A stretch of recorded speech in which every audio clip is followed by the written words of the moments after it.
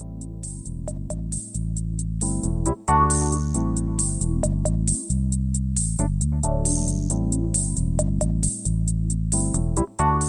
listening to the After the Show movie podcast from ascully.com. Your weekly look at movies, video games, and more, brought to you by your hosts, A Scully and Sid Talk.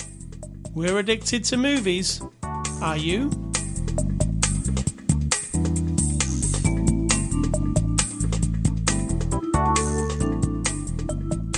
Good afternoon. Merry Christmas. Is Christmas over now? Many Christmases are over. Oh, you're talking about for this year? Specifically this one. Yes. No matter when someone's listening, it will be over. What's not the pre-show, the before the after the show discussion? I wanted to say Merry Christmas because I probably didn't last week. And we did take a week off. We did take a week off. So yes. Merry Christmas to all our listeners and viewers. If that's what you do. I mean, we're not biased towards a particular holiday, but it is that season and we're both brainwashed to Christmas, so there you go. We wish you all happiness. Happiness, yes. Just in general, if you can. I'm a cynic, so it's a toss-up. That's very cheery, isn't it, for the holidays? It is. So on our special Christmas episode, on Saturday, December the 31st, you could call this the New Year episode, though, really. Because we're gonna do our top 10 and worst of the year. It's Saturday, December the 31st. This is after the show 768. Keeping with the Christmas theme, we're looking at the movie Violent Night. It's a 2022 movie. You can watch it now on PVOD, which Sid Talk asked me what that means. Yeah. It's premium video on demand. So what that actually means is, when you go and rent it from somewhere, it's the most expensive thing in the rentals. I see. That's basically it. Does the movie get better when you rent it from there? Well, your wallet gets emptier. I got it. That's yes. the definition of premium. I got you. It's rated R from our friends at Universal. Sid Talk, give us the synopsis of Violent Night. Here's my synopsis. I imagine the meeting when someone pitches the idea, right? Home Alone with real violence, and Santa is a badass Viking. If you say that to some execs, they're like, oh, right? All right, I'll give you the one off the tin. It says, when a group of mercenaries attack the estate of a wealthy family, Santa Claus must step in to save the day, and in brackets, and Christmas. Dun, dun, dun. So, Violent Night, we just watched it. In fact, we watched it, 15 minutes ago? Yeah, approximately. So we're fresh out of it. So, Sid Talk, what did you think of Violent Night? I actually liked it. It's not the best storytelling movie in the world, but a movie called Violent Night, are we looking for great storytelling? It is violent. It takes place at night. Yeah, it does actually. It's perfect. So I enjoyed it. I don't know if enjoying is the right word, because it is. It's pretty two-dimensional, we'll say. Is that the best word? What did you think? I liked it. I've not seen a Christmas movie like this. Absolutely. There's definitely not a Christmas movie. It does play on things from Die Hard and Die Hard 2 and Home Alone, but it takes it to another extreme. It's very violent. Blood and guts, gore. It's pretty R-rated, right? Mm-hmm. Even Die Hard is kind of nothing compared to what happens here. Never seen a movie quite like it. It's also got a supernatural, magic element to it. Santa Claus. So we're just going to put it out there. This is a spoiler for you. This is actual Santa Claus. This isn't the true story.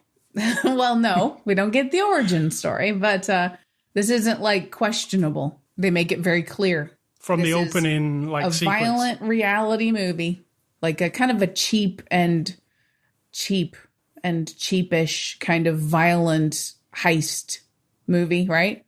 Yeah. Mixed with, in this world, the reality of the magic of Christmas, which even Santa keeps saying he doesn't understand. So yeah.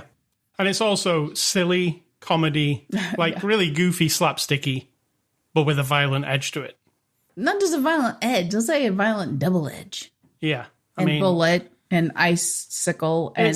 It goes into the realm of horror movies at some point with the effects and the... Yes. The nail through the chin, for instance. Oh, God. There's lots of really super gore effect, horror-ish type stuff. But my favorite when he put the candy cane in his mouth, and I said, oh, somebody's getting stabbed with that. Because when you suck on the end of a candy cane, it turns into a deadly weapon. And of course, they had to, everyone knows that. And so they did put that to use. I mean, they use a lot of Christmas, strangling somebody with Christmas lights. Ice skates. Yeah. Icicle. Because they're dangerous.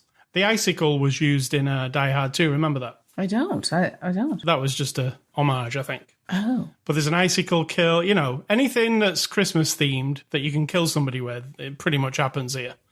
There's also just regular people with guns shooting each other. It's a heist of kinds, right?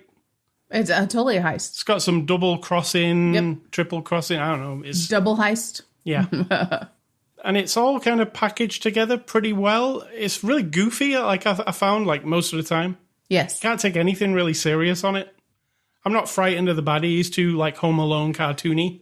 Yeah, unfortunately, when you're trying to... That's what I was saying about the story-wise. We're not committing to... We're committing to these guys being bad because, as we'll get to it, my number one gripe is one victim that shouldn't have been a victim. But they're mixing that, they're brutal and they're terrible and they're ruthless with being stupid and being...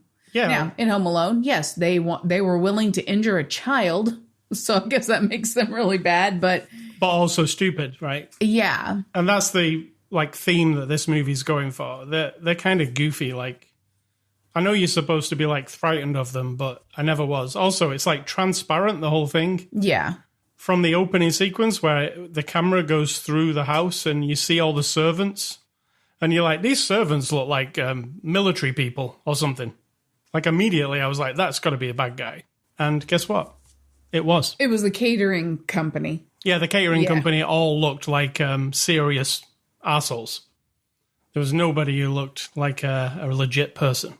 And of course, immediately when someone bitches and says, oh, what kind of a catering company are you? You cut the limes the wrong direction. Then you're like, oh, so they're not a catering company. You're right. Did you catch that line? Please kill all these assholes in this. Nobody's likable apart from Santa Claus. Santa Claus isn't likable. He's terrible. I like him because he's the hero of the piece. Yeah, but see, you're brainwashed now because he's terrible. The only likable person is the girl. That's it. And the mom. The mom is fine. Her mother. But everyone else, including Santa, are assholes. Every single one. And don't be fooled by the Santa. And it's all by design because it's when you see the horror movie of all the teens going to the cabin and they all suck. You're like, well, it's cool that they all suck because they're all going to die, right? Yeah, I had hoped that they were pulling a trick on us like they did with Cabin in the Woods. Yeah. Right? Because you're like, oh my God, these people are terrible. And then the movie turns into something very different. Yeah, it doesn't. Cabin in the Woods. No, this movie doesn't. Right. And I was hoping it would, but yeah, it didn't. Yeah, this movie's a straight up. Santa is real. Santa gets stuck in a situation that he has to fight his way out of. And he does in a horribly violent, nasty way. Yeah, and Santa's horrible. His origin story, from what we can glean, is that he was a terrible human being. And then somehow he became Santa.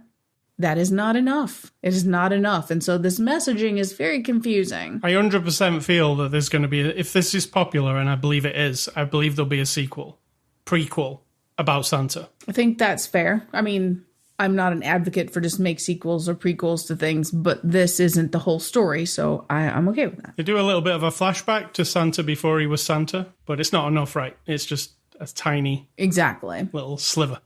Yeah, I liked it. I liked the special effects. It had some really fun. It's hard to say fun, isn't it? Yeah, exactly. Because there's a sequence where he's in the barn type, let's say, with the Bryan Adams Christmas music playing, and he murders a whole building full of people. Yeah. And because it's got the Bryan Adams Christmas music playing, but what you're looking at is the most horrific violence you've ever seen. Which has been done billions of times. Yeah, it does something weird to it, though, doesn't it? It turns it into a cartoon. Yeah, kind of tacky, unfortunately, and sort of I'm already not rooting for you, Santa, now that I know you're just a bad person. So if you, this was my thing, and I said this. So Santa was horrible back in the day. Here's the story. He was a Viking. We don't know what happened. He became Santa. That he was like a mercenary. He said he was greedy. He wanted money. It shows him all bloody and he'd murdered like a whole village, right? So he's had a chance for the last 1,000 years to redeem himself as being Santa Claus. But when the bad guys show up here, including John Leguizamo, who's equally bad, they don't get a chance. So Santa's just bad, and by some weird thing in the universe, he gets another shot, but these people have to die horribly. So I was like, I'm not into that message. I was also quite surprised, spoilers, that they didn't all die. I thought everybody was going to meet their end, basically, apart from they did all die. Oh, no, you mean the family? The family, yeah. Right. Because the family was so obnoxious. I mean, they killed the guy. That's it, though. Yeah. Right? I expected them to go one by one like a horror movie. Like, they'd just all start disappearing. But...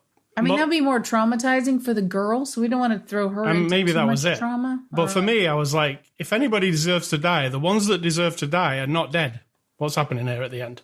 No, the greedy people don't deserve to die more than the murderous mercenaries. I mean, that's not reasonable. They're just so arsehole-ish, though. They are. In movie terms, they're the ones. They are, but they haven't proven themselves to be horrible, murderous people. If it was a horror movie and we all went to the cabin in the woods and those people were in there, I'd be like, they better not live at the end. You know, like that game we played, Until Dawn. Mm-hmm.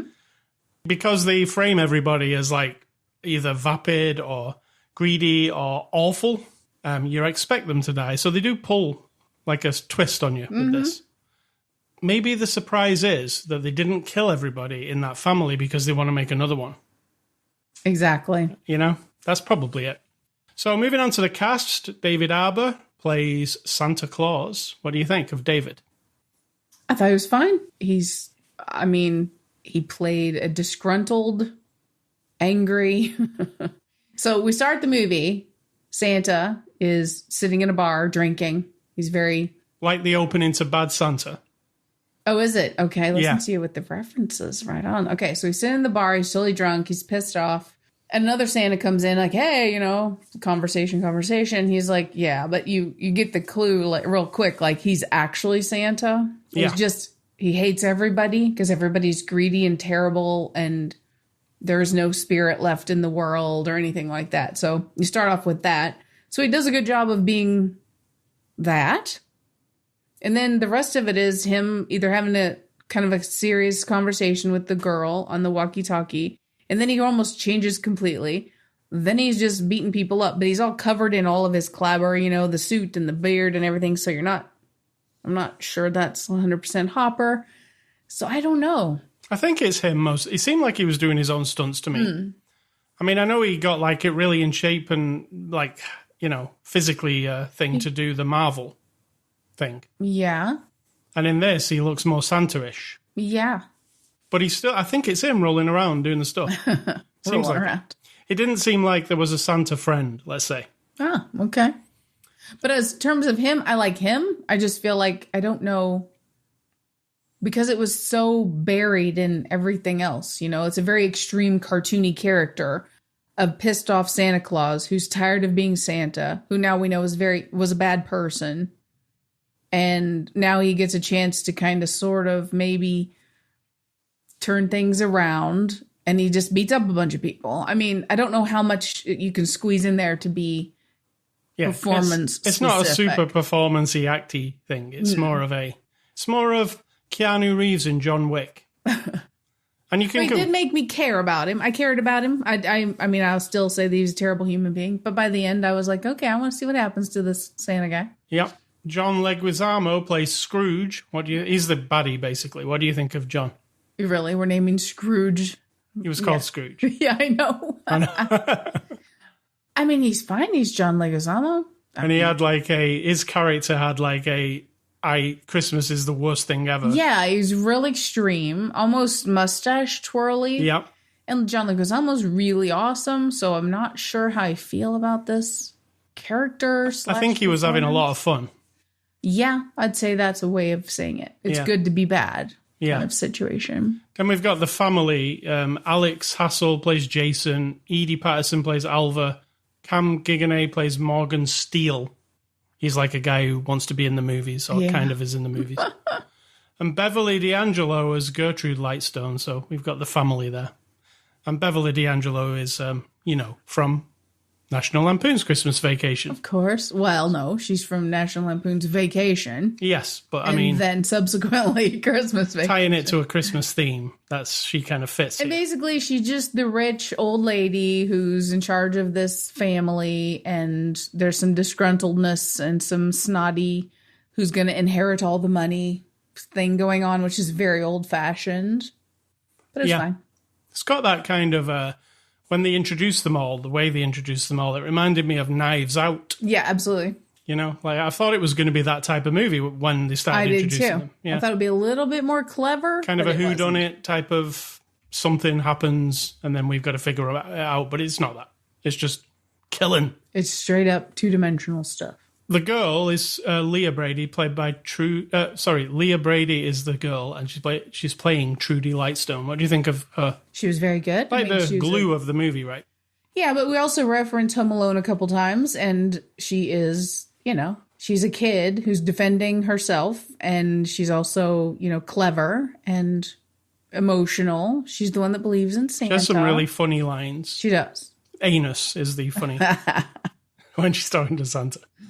Directed. Say butthole? Well, no, that's borderline. Yeah. So you can say anus. Directed by Tommy Wakola. I looked it up after the movie. I was like, what has this guy directed? Well, he directed the movie Dead Snow, which is like a Norwegian zombie film. Mm-hmm. You saw it. Yep. It's pretty gory and pretty good too. Nazi zombies, let's say. Correct. And he also did Hansel and Gretel Witch Hunters, which was when Hawkeye was not Hawkeye. He made a Hansel and Gretel film. Correct. But it was kind of a horror, kind of gory version of Hansel and Gretel. So this guy directed this one. What do you think of the directing? I think it was functional. I mean, there's nothing special or apart from how the effects are. There's a lot of blood and... There is. I mean, they're not super great all the time. I think it's CG a lot of the time. The reindeer don't look great all the time. And I feel like what he did as a director must have been to really bring out the let's just all go in on this, right? Let's just do this without taking it all too seriously. Yeah, we know it's silly. Yes. I feel like that might have been... And it looked gorgeous. There's lots of scenes and shots. I'm just like, well, that... looks beautiful, like a night shot with glowy lights and everything looked nice. Yeah, they didn't do it on the cheap. No. It's like a high budget, not high budget, but it's a movie. Well, it's $20 million. Well, yeah, that is a high budget. 20 million. IMDb reviews. These are the reviews on IMDb that the people who don't like this movie and give it a 1 out of 10. So I'm going to tell you those. Here's the first guy. He says, what are the rave reviews about this movie? It's horrible from start to finish. I really don't know what I went into expecting, but this was worse. Do yourself a favor, go watch A Christmas Story instead. That's it for that guy. That's fair, I guess, but it's not that bad. I mean, it's not great, but it's not bad. Second guy says, worst movie I've ever seen. I walked out 7 times. What? I walked out 7 times. How does that work? You can walk out and then decide, no, I don't think I'm meant to walk out. I'm going back in. Yeah. Oh, hold on. I'm going. Nope. He says, I only walked out 7 times because I didn't want to waste my $12. I cannot believe who created this film is an absolute joke. Not a single line holds any meaning. I would only watch this again if I was blackout drunk and chained to a chair. I would not even watch this movie if you give me $100 in money. Stay away.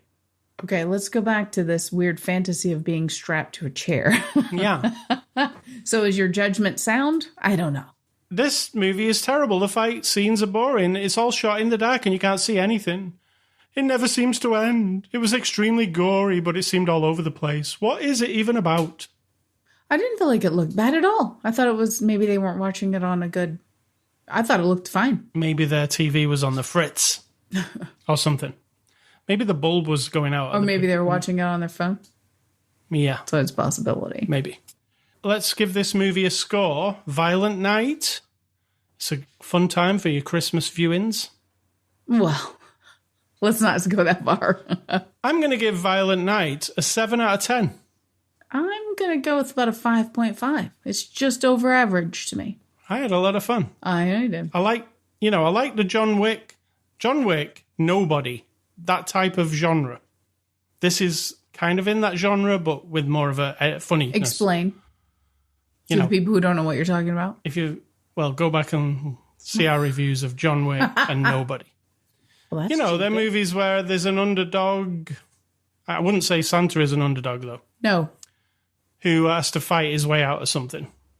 I wouldn't say John Wick is an underdog either, to be fair, because fucking hell, you've no chance against him, have you? And neither is Nobody. A person that you've no chance against going up against a load of goons. You have woken a sleeping dragon. Yeah.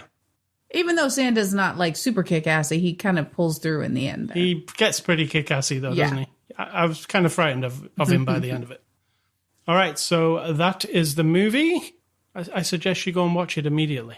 No, that's not how it works. Before Christmas expires, and then you can't watch it anymore. When does Christmas officially expire? When it's 2023. Okay. You can't watch this movie then until next year. That seems like rules. I don't think I like this. Those are the rules. Those are the rules. And it is not for everyone. This is not a movie. This is not for everyone. It's more for the person who likes Bad Santa as their Christmas movie. This might fit with them. Yeah, and it's not to watch with the kids. None of that stuff. It's not for the person who is Elf is their Christmas movie that they watch. It's more I love Elf, and I liked this one. It's more for the Bad Santa crowd, is what I'm saying. It is a hybrid. Yeah. Of Elf and Bad Santa. It's a hybrid of Elf, Bad Santa, Die Hard, and Home Alone. Yes. But for adults. There's the pitch right there. Yeah. It is actually all that you could say all of those things. You're right. So thank you to Universal for letting us review that one. Next week, we're looking at the movie The Menu. So we'll look at that next week. Movie recommendations. I'm going to give you some Christmas recommendations that are Bad Santa and Elf, Talk of the Devil. And I'll give you Love Actually as well. What devil are we referring to? Bad Santa and Elf. You only have two? Amateur. Okay, so my recommendations are... Quickly, fastly, I'm going back to the 90s. So this will be the last week that I'm doing the 90s situation, I guess. Will we be doing it? Yeah, we'll be doing it next week. So never mind what I just said. Wait, is this the last one of the year? Yes. Okay. We said that at the beginning. Remember that. I'm catching up. So then next year, I don't know what my theme will be. We'll find out when the time comes. But for now, we're still in the 90s. And my movies are Cube, which was kind of interesting and weird at the time. Still interested and weird. Boogie Nights. The best. As you like to say, Boogie Nights. Boogie. I Know What You Did Last Summer, which is one of those middle-of-the-road kind of horror movies. Mad City. The Devil's Advocate. What's Mad City? Mad City, I think, is the same. Robert De Niro. Yeah, I think it's the same line as The Devil's Advocate. Oh. Satan, Lucifer, I think. Oh, maybe not. No, I'm sorry. That is not correct. Is Mad City Dustin Hoffman? Mad City is Dustin Hoffman and John Travolta. Yes, I've seen that. Yes. Yeah. So, yeah, I've seen these movies. They're just... It doesn't sound like you have. Once every 51 podcasts, we do our top 10 of the year. Is that right? You do the math. All right, so we're going to do our top 10 for this year. And it's not like the top 10 of all the movies that came out this year. It's just the ones that we reviewed and watched, right? So there might be better movies, but we haven't seen them. That's so give us a break. Give us a break. Maybe we don't know what's good. That's another possibility. So, Sid, these are the rules, right? We're going to start with number 10, not number 1. Gotcha. We're going to go upwards, right? So my number 10 movie of the year is Everything Everywhere All at Once. Fantastic. That's A24 movie. Yeah. Really fun. Again, I don't think you could say you've seen a movie quite like it. Correct. So that's my number 10. The rules? Yes. Okay. You don't have a straightforward list like I do, probably. I do. It's right in front of me, except it's not 10. So my number 10 is Lamb, Barbarian, and Nope. You can't do that. It's just one movie. But you see, I score things throughout the year, and then I do my spreadsheet in order, and then the scores dictate. I explained the rules to this. That would mean your top 10 movies of the year will be like 30 movies? No. That's just the bottom 3 that match. Let's just have your actual legit number 10 movie. I don't have a 10. Those are all lumped together. So Lamb, Barbarian, and Nope. They all get the same score. We're fine. So your number 10 is those 3 movies. Yes. And mine is Everything Everywhere All at Once. And yours is, say it again. Lamb, Barbarian, and Nope. All right. My number 9 movie is Nope, a sci-fi movie that was by Jordan Peele. Pretty good. I did like that one a lot. I love the experience of that one. And then my number 9, and this is the last doubling up, is 2 movies, Ghostbusters Afterlife and Top Gun Maverick. So my number 8 movie is Lamb by A24. Right on. Really effed up, weird movie. You should all watch it. Lamb. I wouldn't call it a horror movie. It's not really horror. I don't know what it is. I don't know. It's weirdness. I don't know. Yeah. Your number 8 is? Red Rocket. Yeah. A24 movie. Yes. That was an interesting one. It was by the guy who did the Florida Project. Yeah. And it's kind of raw, and it's not like, it doesn't feel, or it's kind of like also mid-90s, that kind of vibe. But I just felt like it was visceral and interesting. All right. My number 7 is The Northman, which is a Viking movie with the vampire from True Blood in it. Really cool. It's by the guy who did The Lighthouse, and it's a really awesome movie, The Northman. I've not really seen many Viking movies, and that one I really liked. Your number 7 is? My number 7 is a combination of Pearl and Emily the Criminal. Interesting. Pearl is a horror-ish movie. Yeah. And Emily the Criminal. I really enjoyed that one. I thought it was really well done, interesting. I liked her a lot. All right. Number 6 on my top 10 of the year is Men by Alex Garland. Oh, wow. Right on. It's a really, really very weird film. It is. Where did that fall for me? Oh, it's quite a ways down. I don't think it's a perfect film because it's got some bad things in it, some shitty things. But I think the way it kind of ends up is like... See, I gave it a 7, which means it kind of falls in a big, huge chunk there of not too high, not too low, The way it kind of falls at the end is very unexpected, and you've definitely never seen that happen before. Correct. Correct. Your number 6 is Licorice Pizza. Nice. Paul Thomas Anderson. Yes, I enjoyed it. It's like kind of old-fashioned, kind of mixed with modern. I don't know. I liked it. It was a fun experience. Paul Thomas Anderson does not make a bad movie ever. He doesn't, does he? You've seen all his movies. He does not. So my number 5, it's a combo, but I see it as the same movie. Okay. It's X/Pearl. There you go. You broke the rules. See? But I'd like to see it kind of cut together. Like and tell them why. It's a prequel and a sequel in the same year.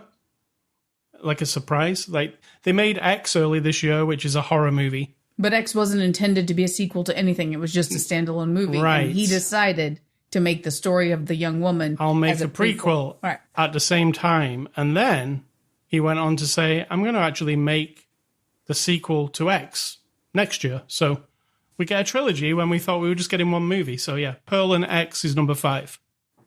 And my number 5, 4, 3, 2, 1. Okay, number 5 is, I don't have 5 next to it, but Amsterdam. Yeah. I really liked that. It was involving and kind of dynamic, and I was one of those days when I was just all into that story. Number 4, Amsterdam was very good.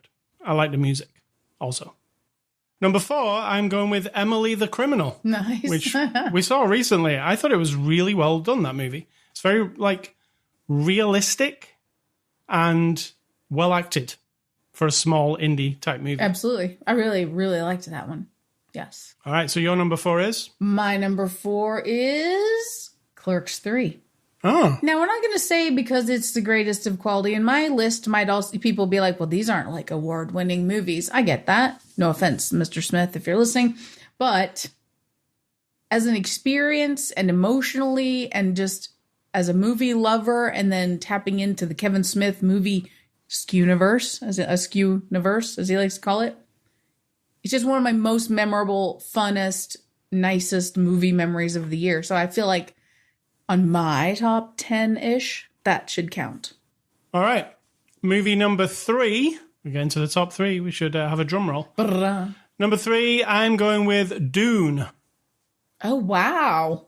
Which is spectacular. They're making a sequel to it. They were from the beginning. It wasn't a whole movie, really. It kind of ended as it was getting going. But what it was a grand space opera. Yes. Which is the kind of thing I love, So Dune, and it is what, David Lynch made the original Dune. I'm a David Lynch lover. You are. And I do love his version of Dune, but this version of Dune was right up my alley from the Blade Runner guy. Cool movie. Dune. Okay, my number 3 is Everything Everywhere All the Time. All everywhere, once. Everything all at once. All at once. Why do I have all the time? You can have that one as well. That's a whole different movie. Everything, it was really like a spectacle, and I loved it. I loved it. All right. Number 2 for me is Top Gun Maverick.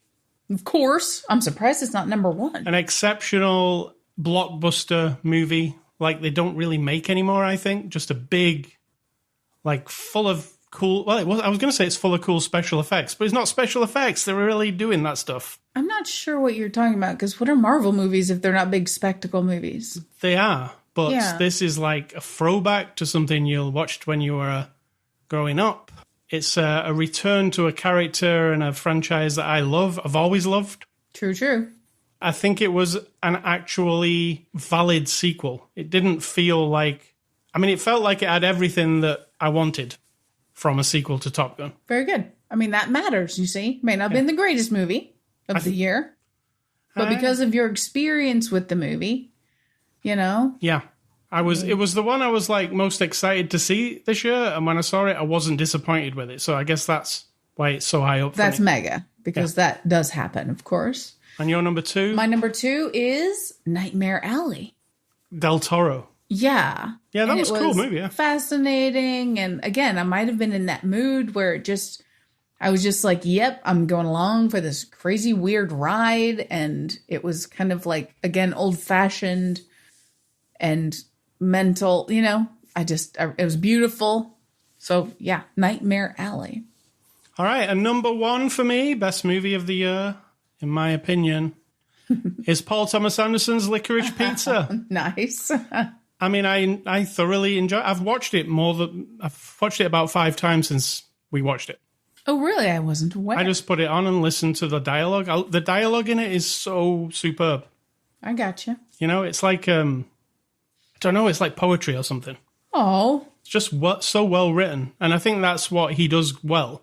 Yeah, he's a good filmmaker, but if you listen to his dialogue and the rhythm of the whole thing, it's just good. So Licorice Pizza, that was my treat for this year. And my treat for the year, since I've already explained that it may not be everyone's understanding of the best movie of the year, but of course I can't not pick the Bob's Burgers movie. Oh, yeah. I can't not. That didn't make my list, but I only had 10. But of course, it's just an episode of Bob's Burgers. But if you don't know me, all of you people, you do over there because you're married to me and you live with it. I'm not an obsessive fan person of any type, of any way. Right? I don't collect everything and I don't memorize lyrics to all the U2 songs, even though that's my favorite band of all time, all that kind of stuff. But Bob's Burgers, I watch every single day. And I have for years. Our nephew's 25 and remembers growing up, getting ready for school, having breakfast with Bob's Burgers episodes playing. I play it to go to sleep.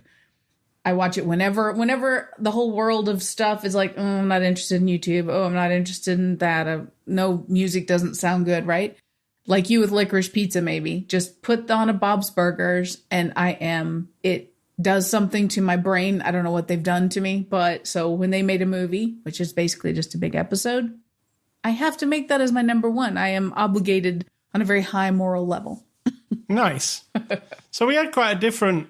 I had movies that you didn't have, and you had movies that I didn't have. Yeah, a lot of times we line up pretty close. Now we have Everything Everywhere, all the things. We did kind of line up with the main big ones that we've seen. And I had some skirting around the tops up there, like Journal for Jordan, and Lightyear was really good. The Black Phone I actually liked, but it was only in the 7.7, so what the score I gave it, so... Yeah, Lightyear was very good. And Smile. I liked Smile, but again, it's like, I really did not like Smile. I like it for what it was. Weird and you know. All right, so worst movies of the year. I've got like 4. I'm just going to give my worst movie of the year, and the other 3 are honorable mentions. Basically. Okay. So the worst movie of the year for me out of all the movies we watched was Resident Evil Welcome to Raccoon City. Yes. I mean, just when you thought, they're rebooting the Resident Evil movies, maybe it'll be really good. No, it was just worse. Yeah. In all respects. Worse than the ones that weren't that good to start with. I just hope somebody eventually makes Resident Evil good, does it in a good way. And my other 3 that I didn't really like, one was Uma. Do you remember that? Uma. Oh, that was all right. Didn't like it. I get what you're saying. Yep. It was a little bit. There's a big movie that I wasn't into, and it was Jurassic World Dominion. Yep. It just felt stupid to me and pointless. And Don't Worry, Darling. It had all the elements of like it could have been something cool, but it just ended up as shite. Oh, wow. You really pumped that one. I thought when I saw and read about what it was going to be, I was like, that seems like an interesting thing. But after I watched it, I was like, oh, disappointment, let down.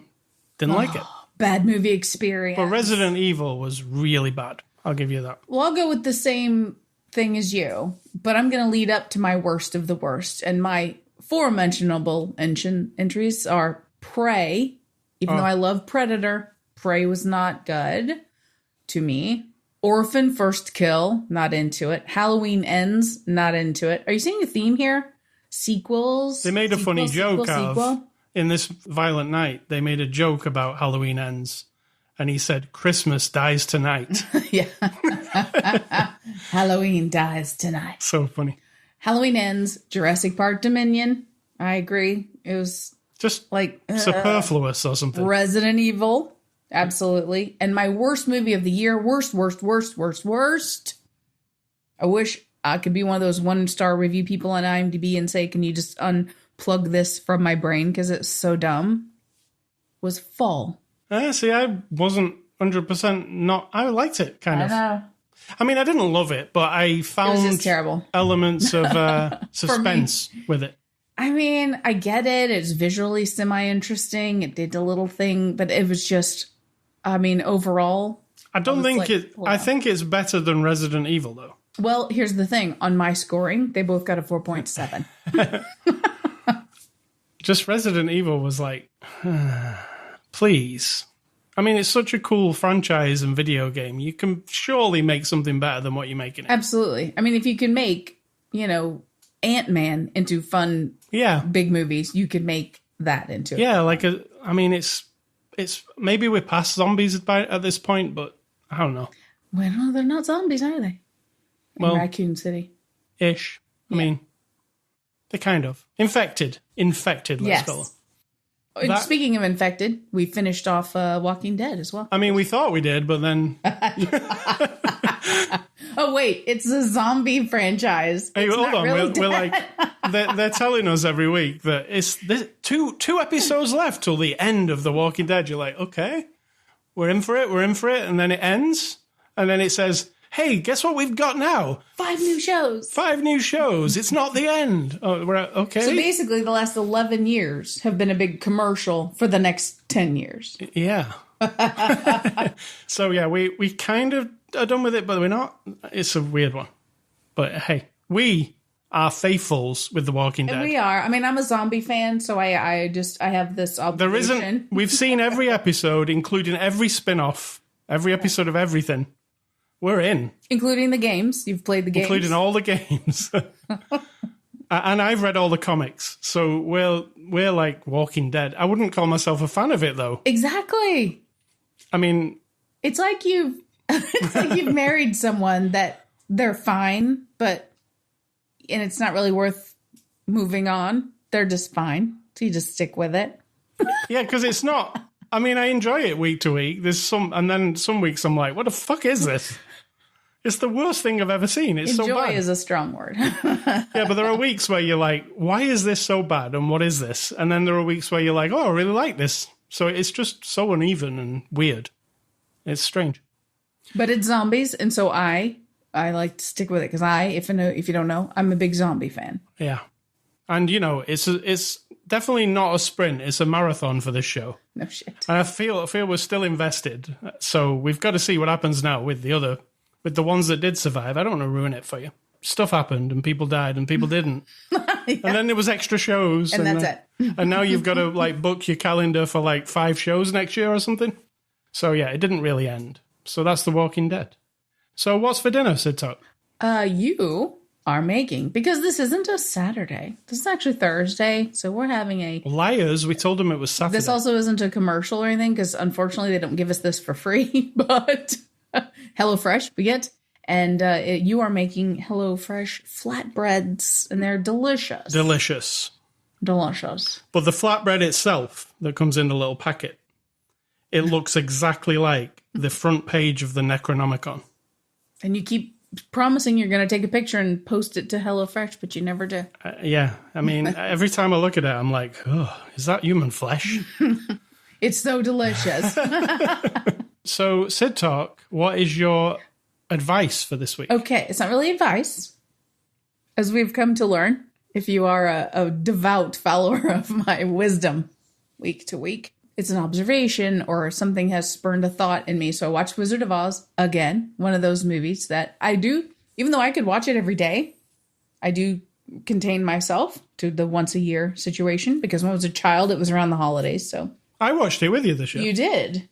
So watching it again, and this isn't the first time this has sort of occurred to me, but the overall message when she's in her little bed and she's got her Toto at the end and it's sepia tone once again, is that there's no place like home. And if I ever want to find my heart's desires, I don't have to look any further than that. Right? Yeah. Now, I'm not sure why that seems like a good message. You mean it's telling you to be like scared, don't go anywhere, just stay? Yes. Yeah. I feel like that's the message now. If the idea is like you have to look inside yourself, right? I think that's what it is. I don't think it is. See, that's just what I'm saying. And I've watched this movie probably 50, 60, 70 times. And so I don't support that idea that if you're living in a place or a life that you don't like and you then just have to like suck it up and be like, well, this is it. If you don't have choices, I get that. But I mean, overall, this message is don't stray too far from what's familiar and comfortable and safe, because the world is a nasty place. And that may be partially true, but I don't support that idea. So I struggle with that now that I'm old and I look at it with different eyes. But I did learn this as well. Wizard of Oz is the reason that I am obsessed now every year. Maybe not obsessed, but I try really hard to grow hollyhocks and hibiscus flowers. If you've seen Wizard of Oz, you'll know what I'm talking about. Because that's when I see them, I'm just like, oh, I want to grow them so bad. They're like the big Wizard of Oz flowers. And then my last little comment here is just have a happy new year in 2023. Of course, I'm a cynic and a skeptic, so it's not going to be perfect. But it might be. It won't ever be perfect, and it won't be great every single day and every single minute. That is not reality. But it will exist, and you will live it. I mean, hopefully, and you'll just keep going. And hopefully you'll watch lots of movies. It's very... I couldn't make a Hallmark movie, could I? No. The end would be like, we'll see what happens. Yeah. All right, ascully.com is the website you can get this podcast from. You can catch us on Twitter, Facebook, and Instagram. We're also on anchor.fm/aftertheshow. We're on Spotify, iTunes, anywhere that podcasts are available. Email feedback to me, ascully@ascully.com. Don't email Sid Talk. She doesn't want your emails nor any of your advice. I mean, you can try. And stay classy. Mr. David Arbor as Santa Claus. Where are we going to see him again? Probably the next Stranger Things. Oh, is there more? Yeah, there's definitely more. Can't we just leave stuff alone? And I'm going to say, are you done? I'm done, yeah. I'm going to say think for yourselves, because no matter what year it is, if you don't do it, someone will definitely do it for you.